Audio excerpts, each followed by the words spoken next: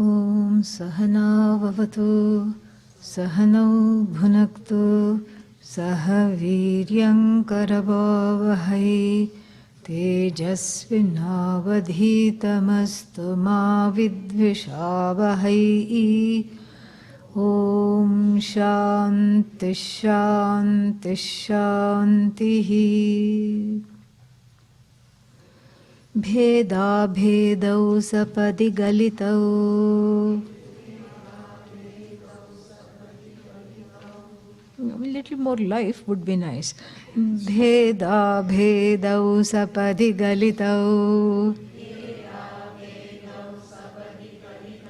Punya pape vishirne. Maya moha ukshayam upagatau. Nashta sandeha vrittehe. Shabdatitam trigunarahitam. Prapya tattvavabodham. Nistraigунye pathi vicharatam. Ko vidhih ko nishedhah. It is not ko vidhi ko nishedhah. It is ko vidhihi ko nishedhah. But since the visarga, those two dots are not just for alankara, okay? They have some meaning and they affect the pronunciation. So when the visarga is followed, visarga means the dots in the form of a colon. When the visarga is followed by ka or kha, then you have to make that, sound which is only there in the Arabic language and in Sanskrit now, called jihva muliya.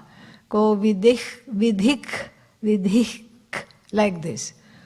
Ko vidhik ko nishedhah. Vidhik ko, yeah. So it's not the easiest of sound, but it has come from the jihva muliya, means from the back of the, from the root where the tongue starts, And so that is and then if the visarga is followed by pa and pa, then if, like this, Yeah, if sound. And punaf punaha, very nice example. And to teach this, there is a verse. When you teach Sanskrit, this is the verse. Kakah Krishnah, Kakah Krishnah pikah Krishnah ko bhedah pikakakayoho.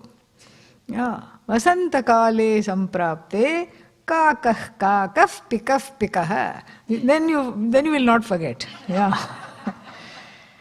So the crow is black, the nightingale is also black. What is the difference between the crow and the nightingale? And it says, wait till the spring season comes and then you will know what is what. Because when the crow opens the mouth, what will it say? Ka. That's what it will say. And the nightingale will sing in a nice voice, which I cannot replicate. So, this is how it is. So, I will chant the last line together again. Nistraigунye pathi vicharatam. Nistraigунye pathi vicharatam. Ko vidhih ko nishedhah. Yeah. So, that is the thing. So, yesterday we saw just one word, bheda. And what is this bheda? Mean difference. Difference here means what? Bhagavan. It is the covert prayer of the author, lauding the creation as Bhagavan. But, it also has a double meaning. Here, bheda and is along with abheda. Bhedascha, abhedascha, bheda, bhedau. It's in a particular kind of a dvandva compound. And so, and then what is the author Shukadeva trying to say about this? Galite, sapadi galite. Galite means melted. Yeah. Like an ice cube. melted. Something that has dissipated. And sapadi means at once. Why at once? Because it's not that first the bheda goes, then the abheda goes. No. And whatever that means, So these are the conditions which the jnani is fulfilling to be known as a jnani. So all these are conditions that we are going to be studying. And then that's why, since it is a conditional statement, it is in the locative absolute. In Sanskrit, there is a locative absolute construction. And that means it's all in the seventh case. Bhedau galite. So, galite means when it is, when. That question of when starts to come. So, it's a condition. When bheda, differences, are gone, then one becomes a jnani. Okay, that I can understand. When abheda, non-differences, are also gone, then one becomes a jnani. What is this? I thought we were all about abheda darshanam.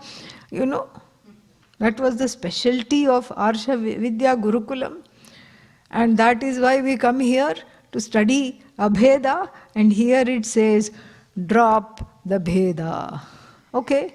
Drop the abheda. Ayyo, what to do now? Now we are, what should I say, very, we are in ambiguous territory. It's almost like a Zen koan. These Zen people have some kind of a, thing. So here is one of them. The student, Shishya, goes to the teacher, with 2 lamps in the hand. And the teacher says, not 2 lamps, one, that I'm mixing up another story with Janaka, that's a different one. Let's not go there now, another time. So he goes with a lamp in the hand, maybe to do arati, or we don't know why, but he has a lamp in the hand. Does namaskar to the teacher with a lamp in the hand, and then the teacher says, what do you have in your right hand? Lamp, sir. Drop it. He drops it. What do you have in your left hand? Nothing, sir. Drop it. Ayyo, what to do? This is a head-scratching moment. If I have nothing, what should I drop, It's almost like that. Drop differences. Okay, that I can understand. This is what we have been doing ever since coming here, is dropping all the differences. Everything is Ishvarized, and then finally, in the hope that I will understand that I am this Ishvara with enough, enough 1 week courses under the belt. That is the hope. That is what is called jnanam.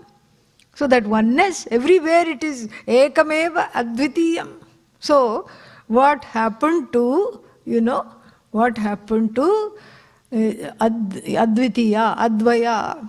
What happened to that when if dvaita has to be dropped? Okay, And here it says abheda also should be dropped. This is a very, intriguing thing. So here, a very subtle thing is being pointed out. Advaita is there, because that is the truth of oneself. That there is no such difference.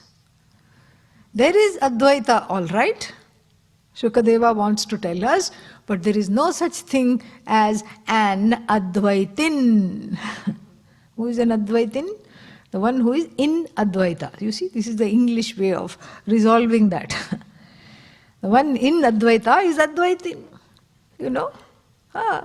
Or Bheda and Abheda can be taken also as Saguna and Nirguna. The 2 warring, sparring, people. This is very common. People ask each other, are you into Saguna or are you into Nirguna?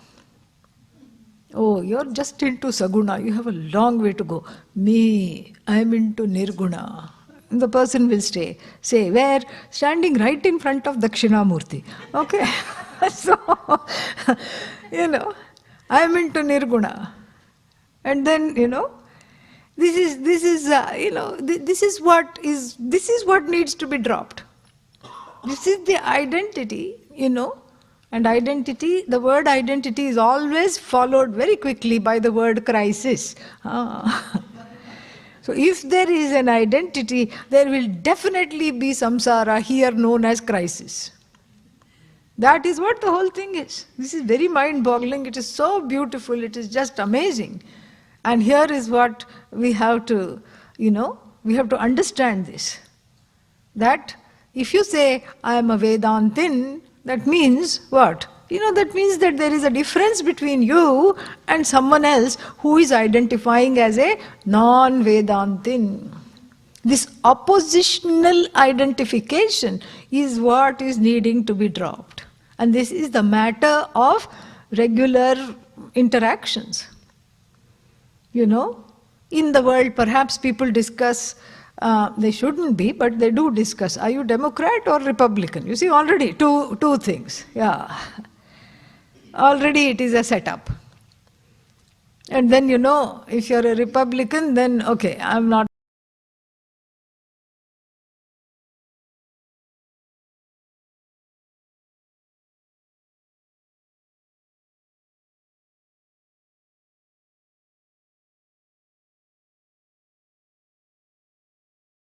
Meaning, that artery which, which supplies blood, etc., very important one. Because that is the problem. Because ultimately, even the thought that I am into non-difference, Advaita is something to be discovered as you.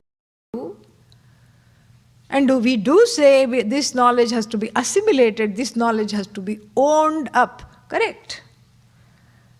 Owned up, yes, not possessed as one's identity. You can own many things without possessing any of them. That is the whole idea. There is already asangatvam. And that's why if you ask a jnani, are you Advaitin? The jnani will say, no. Are you an Advaitin? No. What do you have in your left hand? Drop it. What do you have in your right hand? Drop it. This is the dropping. It's the dropping, it's really, this is yet one more paradox of Vedanta. The whole of life one collects. It's easy to give up stuff. It's easy to give things away. It's easy to have a garage sale and, sell it off. And the neighbors are very obliging, they will always come. Yeah. My trash is your treasure. Yeah, that is the motto of every garage sale. And so this is, but it's easy to give up things. Because somehow in the mind there is this feeling that, okay, the stuff is replaceable. I can buy more. No problem, I can buy a different thing. So even if, one is unfortunate enough to, be in a car accident or something like that. Oh, thank God my life was saved, but the car is gone. In other words, car is bekar. Yeah, bekar means useless. Yeah. So then, so what to do now? There is this feeling, never mind, I'll get another one. At least my life is saved. So it is easy, relatively speaking, to give up stuff compared to notions. Very difficult to give up notions. And the dearest of all notions is what? I am a Vedantin. I am an Advaitin. Don't take that away from me. I have given up, I have given up house. Somebody said, one newly ordained sannyasi said, I have given up house, I have given up spouse. And then what else, I have given up mouse, the mouse that comes with a computer, okay? So mouse is upalakshana for the whole computer. And then, I have given up this, I have given up that, I have given up wealth, I have given up riches. He told the teacher after getting sannyasa. And the teacher said, Now please give up the giver upper. Yena tyajasi tat tyaja. Give up the giver upper. I mean, this is, you're hanging on to the giver upper, and that's an identity. I am the best giver upper. When are you going to give up that? So notions and ideologies become extremely difficult to give up. And that is what has to be given up, because every notion, that is one thing we have to understand from this, from this bheda bhedau sapadi galite, for whom it is melted. First thing we have to understand is these, even the most subtle of identities. I am the one with no identity. That's an identity. No, you keep saying it many times. That itself becomes a big, cross around the neck. So first thing is that even the most subtle of identities have to be interrogated, and in the wake of knowledge, to be allowed to drop. And the second thing to know is that each identity, an identity is called an identity because it is always relational and it is in opposition to something else. Such as one can say, I am a man. Gender, male, female. Not just male and female. But that also has become in a box. You see, you check the box. And once something in a box, it boxes you out of this knowledge. Yeah, that's what the whole thing is. So the oppositional, identity is always relational, and it's either in relation to something, meaning it's attached to something, or it defines itself as averse to something else. And the jnani is beyond attachment and aversion. Both those things are not there, and they cannot be there. That is the whole thing.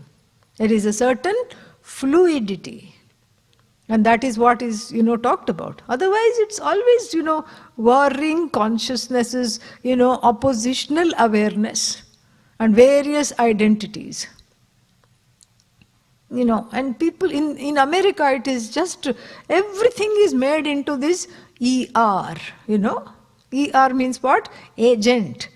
Like teach, teacher. Eat, eater. And so like this, everything is, even the words that cannot be made into ER, are made into ER. And that becomes the identity. One becomes an agent. What is agent in Sanskrit? Karta. You see, that's where we are going here. The number 3. Third thing we have to know about identity is that when I adopt an identity, I am nursing the plant of kartritvam, doership. Because an identity is not just an identity, it comes with certain roles and expectations. There is an expectation that, okay, what are you? I'm a coffee drinker. Somebody said that, I'm vegan. There is also that new identity, vegan.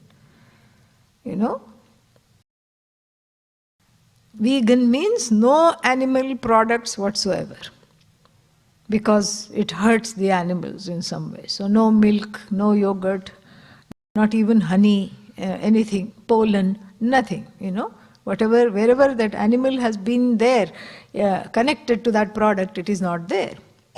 So I am a vegan. It's oppositional, compared to what? I am non-vegetarian. See, the word non-vegetarian itself is a oppositional identity. The default value is vegetarian. So if you don't want to define yourself negatively, then what do? You just say, I eat vegetarians. Yeah. That way it's a positive, thing. Because that's true. If anybody is eating animals, all the animals that people eat are vegetarians. Think about it. Cow, vegetarian. Goat, vegetarian. So this is the whole thing. And again, when you say I'm not vegetarian versus what? Non-vegetarian. Democrat, Republican. This, that. And then suddenly there'll be a trend. I don't belong to anything and anybody. That itself becomes an identity. Very, very, very difficult. And then, and the fourth thing we need to know about identity is that it puts one at cross purposes, with other people, things, events in the Jagat. It puts one at odds with other things that occupy the Jagat. Number 4, fourth point about identity, we have to understand this. How? Because, you define yourself either by who you are or who you are not. These are the two ways of defining oneself. Vegetarian, non-vegetarian being an example. And so therefore what? So therefore what do I have to do? What is the problem with that? The problem is that you are at odds with everyone who is unlike you. And you try to flock. That's why there is an expression, the birds of the same feather flock together. So you create flocks, samsaric flocks, yeah. Because there is safety. There is safety in numbers. Why do I need safety? Aha! Now we are really coming to the point. Dvaitadhi bhayam bhavati, Brihadaranyaka Upanishad. Because duality causes sorrow. Fear. It also causes sorrow, but here the translation is duality causes bhaya, sorrow. And this is the duality that is talked about. It's not duality as in there are many things in the universe. That never causes either fear or sorrow. What causes sorrow is ahamidam, mama idam. Naisargiko ayam loka vyavahara, Adi Shankara says in the introduction to the Brahma Sutra. This is swabhavika. This is kind of the most natural thing. Ahamidam, I am this much, I am this. But whenever you say I am this, you say I am this much alone. Then the fear comes, I am not that. And that is a bigger group. I am flocking with a few birds here of the same feather, and the birds of the different feather are a bigger group. Maybe they are predators. And I am prey. P-R-E-Y, okay, yeah. We haven't yet come to P-R-A-Y. So either one is a predator or one is a prey. And and as soon as these oppositional identities are imbibed and, owned up as oneself alone, ahamidam, or this is me, or this is mine, any such version, then fear comes, because this is what is Dvaita. Dvaita is not that there are many kinds of plants, birds, animals, and bodies and people in the universe. That is not Dvaita. Dvaita means that I have put myself in opposition to others. That is Dvaita.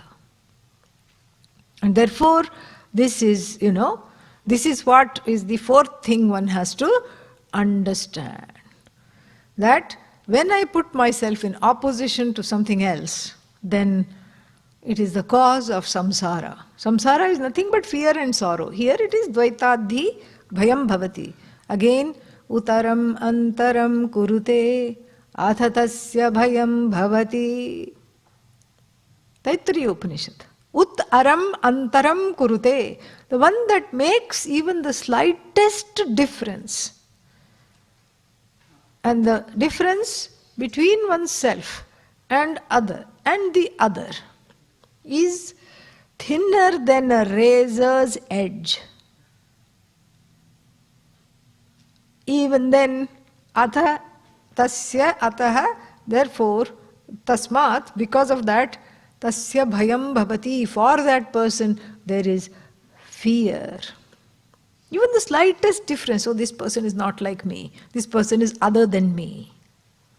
So identity causes othering. In the beginning, the othering is comfortable, it lulls one into a complacency, because in order to belong, I have to other.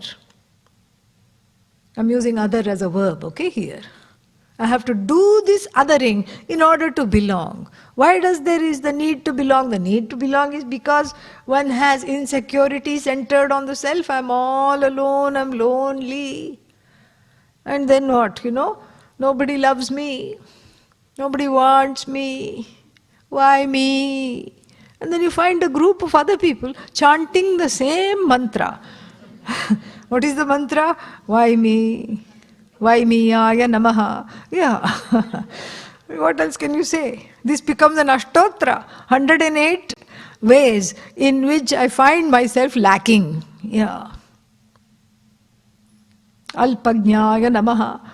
The one who knows very little, unto that salutations, because what else can I do? I'm not sarvajna, I'm alpajna. Nobody loves me, aya namaha. I'm abandoned, aya namaha. This is what it is. What to do next, namaha. I'm not understood, namaha. This is what it is. And so you find a few other people. And of course, that's why it is said, misery loves company. And then it becomes a registered trust, Why me incorporated? Yeah, because there is safety in numbers. And then in order to have this safety, you go and register it with like a non-profit, Because there is no profit in singing why me, okay? Yeah, that's why it's a non-profit.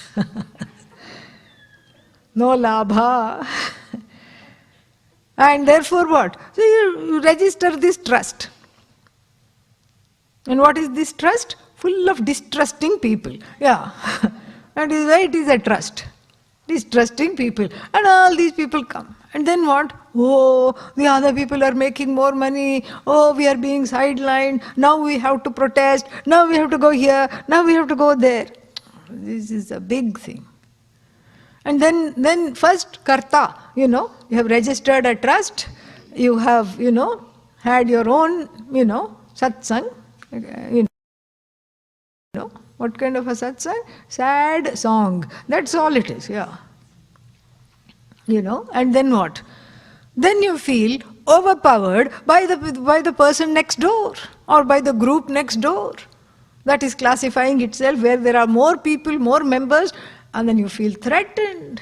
And then you have to do something in order to feel, because you feel threatened. So first you do this group, karta, this identity is the precursor of kartritvam. Kartritvam is something that every jnani is allergic to, doesn't even have in the vocabulary. And so what? So, karta first, I am a why-me-er, okay? Karta, I'm an agent, I have an identity. And then what? Oh, I am a victim. I'm a victim of other people's injustices. Bhokta. Bhokta is wrongly, in my mind, translated as enjoyer. You don't really enjoy anything. It's better to translate it as experiencer, not enjoyer. Bhoga is experience, and usually the experience is a miserable experience, thumbs down all the time. So you see how these identities keep one revolving into a endless,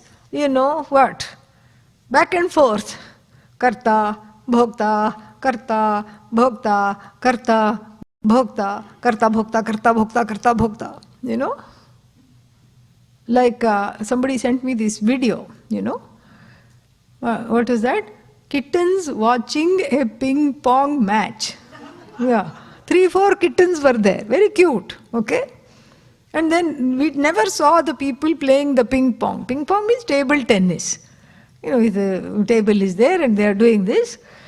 And then all of them, these 3-4 kittens, going like this. In unison. So it's like that. Karta, bhokta, now bhokta. Karta means what? Doer. hero, great, I feel wonderful. Ayyo, now there is a catch. Bhokta.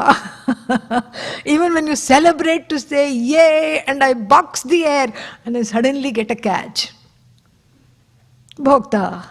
Then what? Now I have to do something about the catch, because it is catching. Karta. Then, nothing worked. Bhokta. Karta, bhokta, karta, bhokta, karta, bhokta. And what is the mummy of this karta, bhokta? This identity nonsense. Because identity is always oppositional. Identity nurses kartrutvam and bhoktritvam. And then what? Identity is the cause of fear and limitations. Identity is another name for what? Samsara. What is samsara? Some sorrow or the other. What else can it be? Yeah, very, very sorry. Aham samsari. That's all it is. That is one more identity. After all, I am a samsari. So what else can I do? People say this. How can I study Vedanta? I am a samsari. If you think like that, you can never study Vedanta. So, this is what, this is what is talked about here. Very abheda, all of that is gone. Well, I understand it, but then again, aren't we? What is this Advaita? Advaita is not opposed to anything. We have to understand this. Please understand this. This is a very important. All the doubts are cleared. And if there are any more, tonight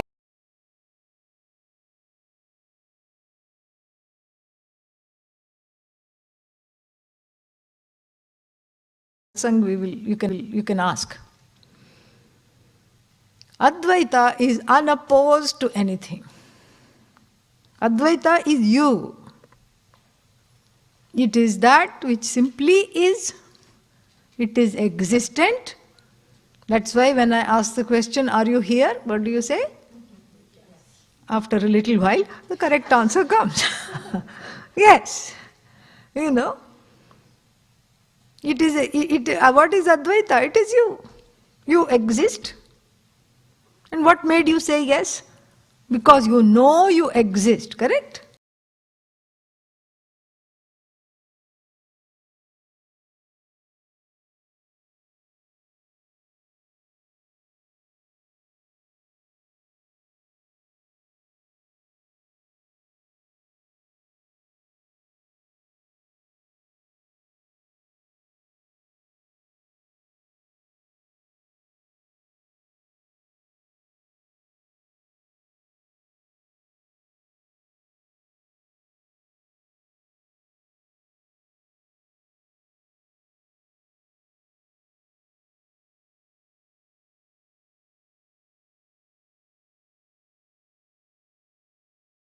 Okay, yeah. I don't know. Some country, somewhere. I have not been there. Timbuktu, people keep talking about that. It's an actual, place. I have not, I don't know Timbuktu. I don't know Greek. I don't know Chinese. Then I have to ask you the question, how do you know that you don't know? What is all? All means sarvam is what you know plus what you don't know is equal to all. Can you at least agree with that? Yes? Do you know that there are many things there that you don't know? Yes? Do you know that there never comes to an end? That is forever. Now, how do you say it is forever? Because, that's how it is. And this is not something, based on anumana, inference, logic. It is unfolded by the Shastra. Because the Shastra itself is a means of knowledge, where we can help ourselves with Shruti Anukula Yukti, a logic that is in keeping with the teachings, with the Shruti. So therefore what? Therefore we have to see this We have to see that when I say, I'm here. When are you here? Now. Now I am here. What about now? Yes. Do you exist now? Yes. What about now? Yes. How long is now? Is now over now? Huh? Or is it over now? No, it's still now. It's still now. It's still now. We can continue this. Now is never gone. And the meaning of the word I is now. The all-knowing being that never comes to an end is the definition of I. Svatmavidyananda includes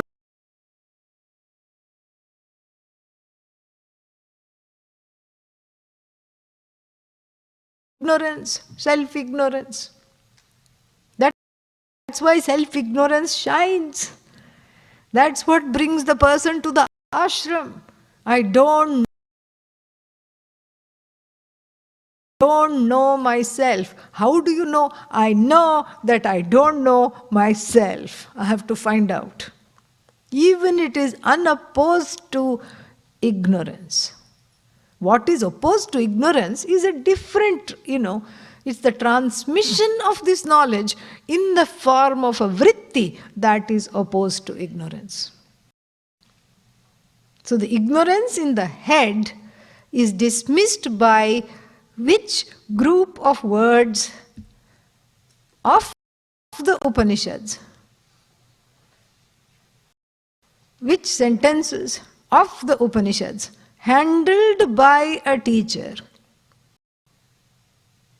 And the deployment of those words of the Shastra, the Mahavakya, handled by a teacher, deployed by the teacher, creates something in you, in the head, in the heart, that you recognize. Because the I is self-evident. That's why you are an all-knowing being. You know you are, and everything becomes evident to you. That all-knowing, self-evident being, to whom this teaching is given, has a little eclipse, is eclipsed by a small little ignorance that is confined to the head. That's all. Like a little shadow.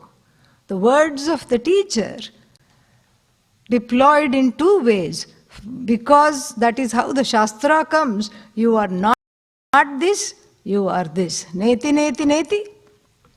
Iti, iti, iti. Adahyoyam akledyam akledyaha ashoshya evacha. This is the words.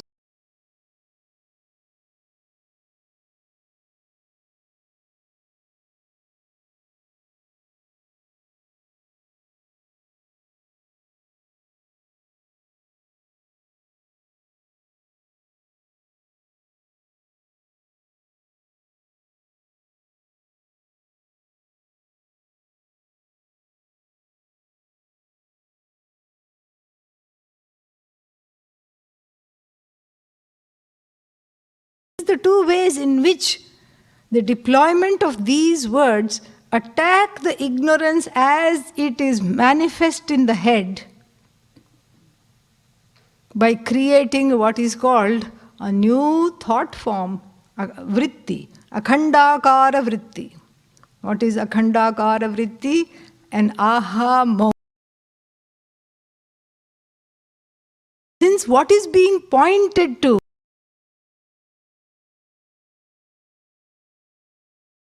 already evident. You don't have to know the I as an object because it is the subject. So the vritti jnanam is opposed to ajnanam. This is what is called vritti jnanam. The Mahavakya handled by the teacher in the form of a pramana, attacking the ignorance in the head. That is the only place where it is opposed. Otherwise, Satchidananda is unopposed to even ignorance. So even that oppositional, this pair of dyads, ignorance knowledge, not there. And then what to talk of Dvaita, not there. In the last chapter of the Mandukya Karika, Karika is a commentary in verse form. This Karika is written by Adi Shankara's grand guru. What was the name? Gaudapadacharya. Very good. And in that last chapter, he puts to rest any kind of thoughts that one may have as, I am a Vedantin and this Vedanta, Advaita Vedanta is opposed to Dvaita, is opposed to this, Vishishtadvaita, is opposed to Nayayika, is opposed to Vaisheshika. These were all the various what are called darshanas. He puts to rest by a very simple analogy which appears in the title of the last chapter, Alata Shanti Prakarana. Alata means it's an incense stick, Then what do you do to the incense stick? You light it. And then here an exercise is given. Instead of going round and round the deity, you take it outside on a Amavasya moonless night. And you can have fun. These were the days before the video games and before digital, things took over and nobody had a hell phone. And then, one could do these kinds of things and learn something about the very profound truths. So you go outside and you can draw your signature with a flourish, and for a brief second it shines. That's my name, I have conquered space. Yeah. And then what? Then you draw some stick figures because there is some anger coming up. You realize that, yes, I have conquered space, but these are people I don't like. So then you draw them in the form of stick figures. Little head and sticks, arms and legs, and then everything. Because with them you have a sticky situation. That's why stick figures. You draw all of these. With what? Incense stick. And then what? You cross them out because you don't like them. And then you see, for a brief moment, all of them crossed out. Then you draw a few more figures. These are your, these are the people you flock with. So these are all in your group. And then you put a circle around them. Nice. I think I should draw my house. Okay, here is the house. I forgot to put a doorway. Here. How will I breathe? Where is the window? Here. What about the fan? Here. Let's put some furniture. Here, sofa. So far, so good. Yeah. Then you just keep on going. You can keep on going. And then you go to town with this incense stick. You start drawing all kinds of things. You start drawing the whole Jagat, not just your little house, because you feel so powerful. And then you go round and round like Lord Nataraja with his dreadlocks in the air. That's how he is portrayed. The dance of creation is happening right now on this moonless night. And then you get tired. And you stop. And then what? What is left? What is left? Hello, show some signs of life. I told you yesterday. Yeah. What is left? Don't say nothing. If you say nothing, you should go to Zen Buddhism or Theravada Buddhism. Yeah. You should go to a Theravada Buddhist retreat if you say nothing. Yeah. Here, but we have to follow the story, because the person got tired while drawing this. So then stopped. What is left? That's why I ask and I wait for the answer. Yeah. What is left? What was they holding in the hand? Follow the story. Ayyo Rama. Yeah. Follow the story, dear friends. What was left in the hand? One glowing tip. It's not that you didn't know the answer. It's that you got caught in the drawing. This is exactly what happens in the Jagat. The Jagat is a drawing. But when will I know this? When you withdraw, you know that it's a drawing. So let's say, let's go back to the incense stick because it was kind of fun. So now you have drawn a big tiger with the same incense stick. You drew the stripes and horrible face with the teeth coming out, and then you drew the legs of the tiger, and then the legs are in motion, and the tiger is running. Do you run away after drawing the tiger? No. Can the tiger that is drawn with the help of the incense stick eat you up? No. Cannot. Because, and can the house swallow you up that you drew? No. Even if you drew an alligator, it cannot bite you. Why? Why? It's not real. With the incense stick, you can see that it is not real. That glowing tip is Atma, self-lit. Satchidananda Atma, that glow is you. Ekameva advitiyam, one without a second. Which, is as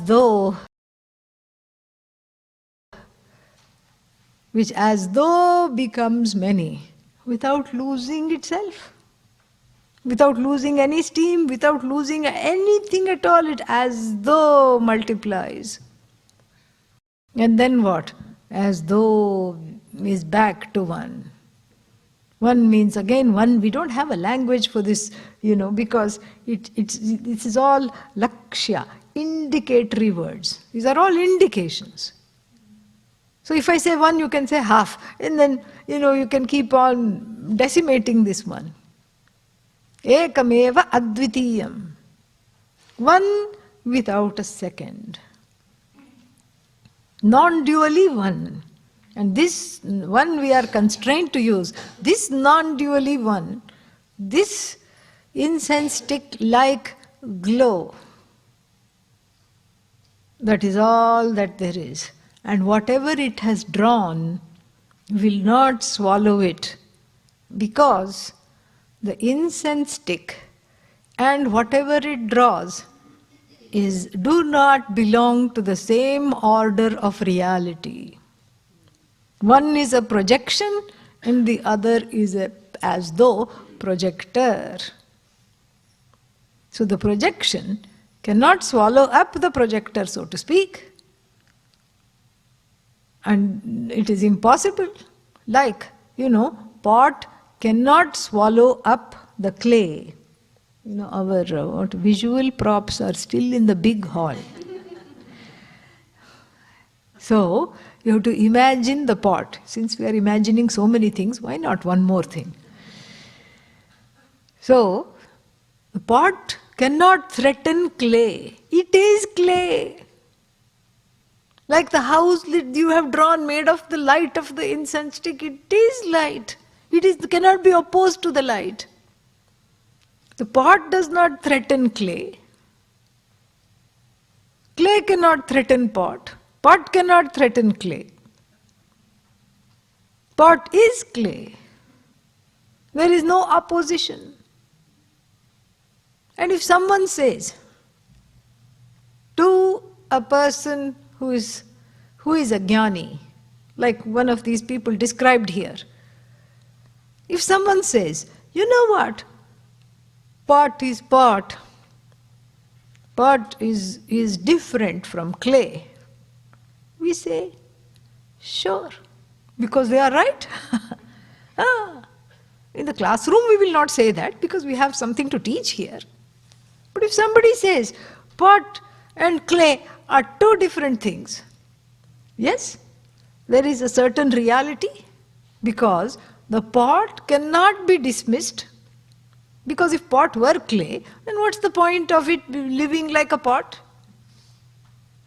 It should always be seen as clay, but here it is seen as pot. It has a purpose. It can hold, they call it, what is that? Kullad. In Indian trains, they give some tea and all in this. Tea, yogurt and all they give in that. And the yogurt is very tasty because the pot is very porous, small pot. And all the, what's it called, the whey, goes away. And you have instant, what is it called in this country? Greek yogurt. So the pot cannot be opposed to clay. How can it be opposed to clay? It is clay. But supposing somebody was to say, no, there are 5 or 6 pots sitting here. This is big pot, medium-sized pot, small pot, glazed pot. And then what? What is the 5th one? Crack pot. Yeah. If we are counting 5 pots, the Vedanta person, a jnani who knows this knowledge, will say, you are not wrong. Oh, then am I right? You are not completely right either. This is what is called mithya. The pot cannot be dismissed because you can count it. You can have yogurt, Greek yogurt in it. It has a purpose. It is intelligently put together. It is there to serve a purpose. It has a beginning. It has an end. It has to be it can be counted. You cannot dismiss the pot. Neither can you affirm the pot as existent. Why not? Why can't I affirm the pot as existent?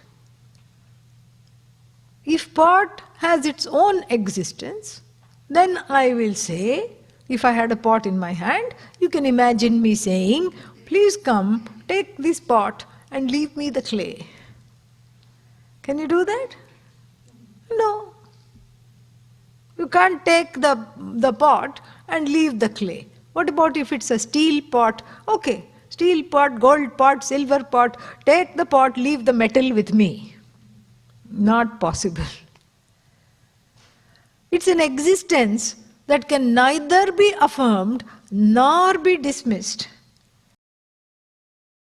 And that is what is the subject matter in Vedanta called mithya, where all the whole realm of oppositional understanding, or rather non-understanding, lies. The whole realm of, this is opposed to that, is in the mithya realm.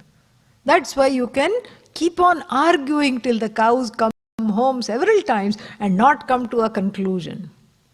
Tree came first. No, it was the seed. No, it was the tree. No, it was the seed. You can go endlessly. I am right. No, I am right. You can go endlessly. I am a drinker. I am a coffee drinker. I am a tea drinker. I am a vegetarian. I am a vegetarian eater. Yeah, meaning eater of vegetarians. All this is what? This is all in the realm of the place where you can count things, where in the realm of the various projections. And here the sages, such as Gaudapadacharya said, just like you can count pots, now start counting ideologies. So small pot, medium pot, big pot, crack pot, Charvaka, Nayayika, what else? Vaisheshika, and any other, Bauddha,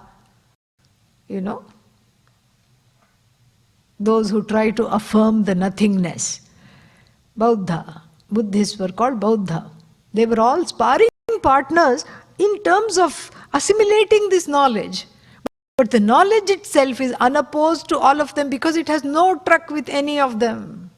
It's like the clay looking at all these pots and admiring its creation. Aha! Look at how I exist over here. Similarly, the jnani says, oh, that is a charvaka, interesting. Well, from that point of view, there is a certain point of view. Nayayika, interesting, another point of view. Vaisheshika, these are all logicians. A point of view, a valid point of view, there is a point of view from where you can see the validity. Nayayika, Vaisheshika, what else, this one, that one, so many things, Bauddha. A point of view is valid, and you can appreciate a point of view when? When you know the view. When you are the view, you have room for many, many, many, infinite number of points of view. The view can accommodate. But the problem with this identity crisis and this bheda, abheda, adharma, adharma, this, that, all these things, what is the problem there? The problem there is that one starts to believe in that alone as the view. When the point of view is mistaken for the view, it spells misery, sorrow. When the point of view is appreciated for what it is, that means you have the vantage of being, you have the advantage of being with the view. From the standpoint of the view, you can appreciate various points of view. That's why we are not worried about Vishishtadvaita, the one Vishishtadvaitin, who says, I am a part of God, I am an adjective to God. You can see why somebody would think like that. You can see why there is a stage in, there's perhaps a stage or a place in one's growth, emotional growth, where you want to have this sense of belonging. Similarly, the Advaitin, the Jnani, will not oppose somebody who says God is different. I am different. And people say that, you're not God. And this happened to Pujya Swamiji. He was in a rush to catch the plane. And at an airport, he was met by some ISKCON bhaktas who tried to give him a book, make him buy a book, Gita as it is, with their own commentary. Personally I feel it should have been titled Gita as it is not, but we'll not go there. Yeah, Gita as it is, they called it, with their own commentary. And Swamiji was in a rush, and he just folded his hands and said, excuse me, I have to go to my gate. And then, the person got offended. And as a parting shot, the person who was trying to push this book said, you're not God. And Swamiji said, if I were God, I wouldn't be running to catch a flight. That is what it is. That illustrates this very thing that we were talking about. From the standpoint of the body-mind-sense complex, yes, there are differences. Vachyartha, from, you cannot take the words, Isha Vasyam, Idam Sarvam, and also the other one, Aham Brahmasmi, I am Bhagavan. You can't take it literally. Because then you stand on top of a cliff and say, I should be able to fly if I really flap my wings. It's that which abides, as it were, which indwells this body-mind-sense complex, which is equated to that which is that same Satchidananda invested with a power to as though project, to as though sustain, and as though take back. That is where the equation is. So it is not about, affirming, denying that one has a body, and from the standpoint of the body, of course, there is a difference. But the difference is what? As though. So along with a few other things which we already have in our vocabulary, what are they? Pot, clay. Another one, rope, snake. We have to add one more, as though. Yeah. So, should I stop identifying as a man or a woman? No, but in your heart you can say, I'm an as though. I'm as though. As though coffee drinker. As though householder. You can't say that loudly. You have to say that softly. If you say it loudly, what will happen? Nobody will talk to you. Yeah. Even the few friends that are left after studying Vedanta, because after studying Vedanta there is already a dropout. So many people drop out of your life because they don't know what to talk to you. Yeah, you become an awkward person, and they stop inviting you to parties. First it thins out, then it stops. A few people hang around, to think, okay, let's see, perhaps this person will get this knowledge and then I can say, I knew you before you became famous. And and if you start talking, I'm as though coming to your house at 4 o'clock, and they will also drop out. This is something which is, which is understood within without even the need to talk about it. And now, if you are as though getting anxious that we are still on the first two words on day 2, not even the first verse, okay? Then please don't, okay? That's my job. And this is not a waste. This is when you set the stage, then everything will go very, very fast. I promise you, I will complete it, okay?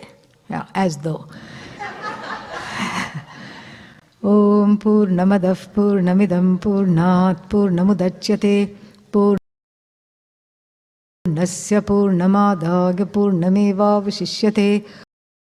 Om Shanti Shanti Shanti. Harihi Om Shri Gurubhyo Namaha. Harihi Om.